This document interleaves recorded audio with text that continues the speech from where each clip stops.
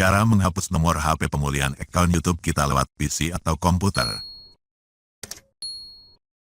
Langsung saja klik ikon atau foto profilnya.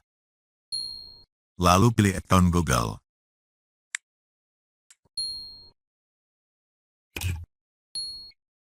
Kemudian buka bagian keamanan.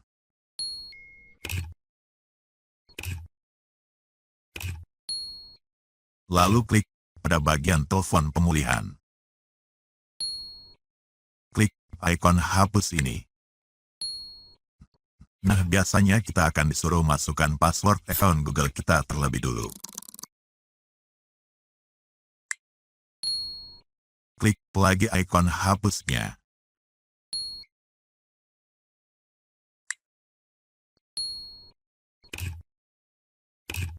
Nah, berhasil.